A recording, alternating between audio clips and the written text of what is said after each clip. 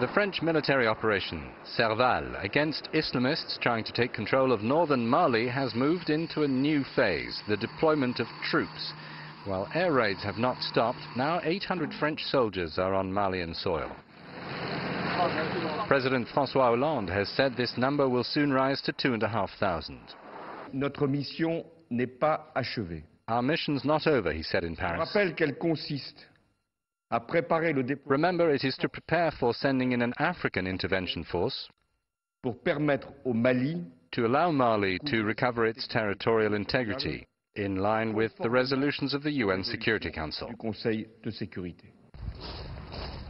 Paris wants to hand over command of the mission as soon as possible to a force promised by the Economic Community of West African States, ECOWAS. That force is supposed to receive European Union training, which is expected to take some time. This was agreed in November in Bamako. The president of the ECOWAS Commission said that community must more than ever mobilize for Mali and be ready to help defend its territorial integrity, dismantle terrorist and criminal networks, and to totally re-establish the authority of the state. The networks referred to are those of the Islamist combatants, who, according to American estimates, number between 800 and 1,200, and according to ECOWAS estimates, double that, split into three groups: the Timbuktu-based Al-Qaeda in the Islamic Maghreb, Kidal-based Ansar Din, and Moujwa in Gao.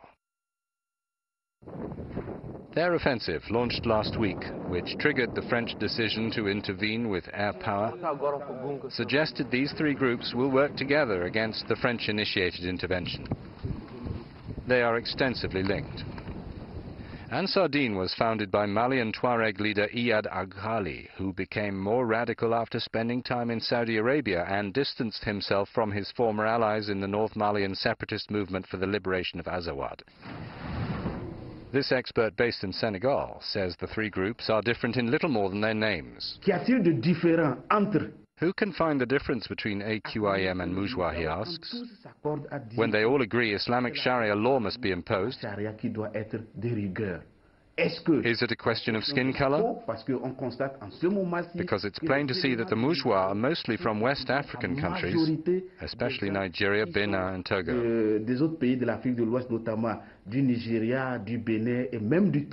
This expert, among others, voicing concern over the emergence of a so-called black jihad, said the difference between Al-Qaeda in the Maghreb and Moujwa is like comparing Coke and Pepsi. As French troops have started military operations on the ground in Mali, what could be the political and strategic consequences of this move? Joining us now from Paris is Francis Patinde, journalist and an expert on African affairs. Francis Patinde, bonjour. Bonjour, monsieur. There seems to be a forced silence from the media over this war. It's almost impossible to see pictures of it. Why? Let's say that the official strategy is not to give pictures to the enemy. These Islamists, these jihadists who are occupying north of Mali, are using some of the civil population as shields. And so I think the goal is to avoid scaring the Mali population, worrying them, and also to show that someone is here to help them, but again, avoid showing them images of collateral damage. Voilà, on est là pour les sauver, mais qu'on ne veut pas montrer des images des dommages collatéraux. What is the French strategy then, and what could be the African force strategy? How long will this war last? This is a war that will last several years, and I'm being very optimistic here. The Islamists who are occupying the north of Mali, and also the west, know the ground very well. And this is to their advantage. The fact they are from the region and have been living there for many years. They know the smallest rock, the smallest cavern they know in that region. Among the different threats, there's one of probable Islamist retaliation on various countries like Nigeria, Algeria, Niger, even Senegal, for example.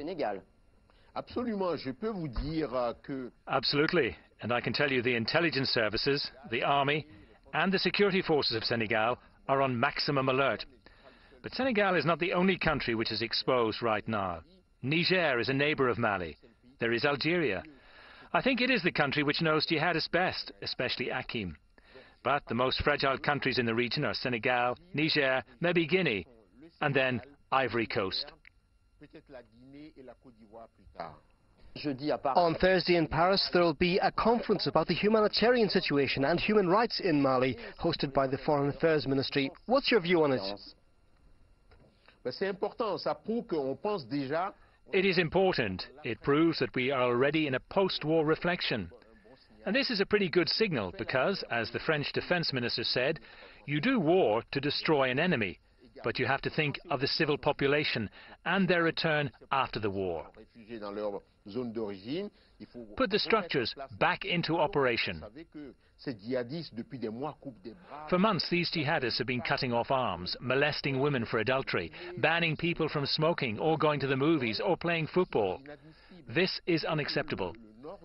The north of Mali has to get its serenity back. It is a country where people love life, where people love to have fun.